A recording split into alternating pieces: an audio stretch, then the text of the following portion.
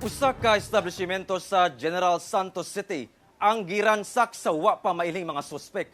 Miabot kuno sa kapin 100,000 pesos ang kantidad sa mga gadget nga natangag sa mga kawatan. Ano ang report ni Abby Caballero? Abli na ang mga padlock ni ining usa ka establishmento sa Purok Malacca sa General Santos City. Dihang naabtan sa tag-iya alas 7 sa buntag adlawng Martes.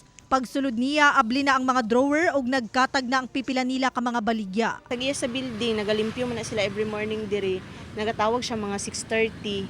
Naingon ana, naransak daw ang building. So mga alas 7 nagadto na mi diri. Nag-scattered lang naman yung mga gipang-ukay nila na mga gamit.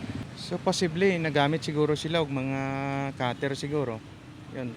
But sa karon ato ang ginatan-aw lang no nga basi makita pa nato kung unsa gyud ang ilang gigamit og pila sila ka buok nagsulod.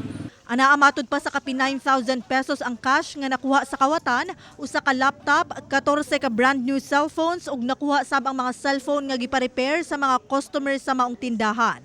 Anaamatod pa sa kapin 100,000 pesos ang kantidad sa mga gadget nga nakuha sa kawatan.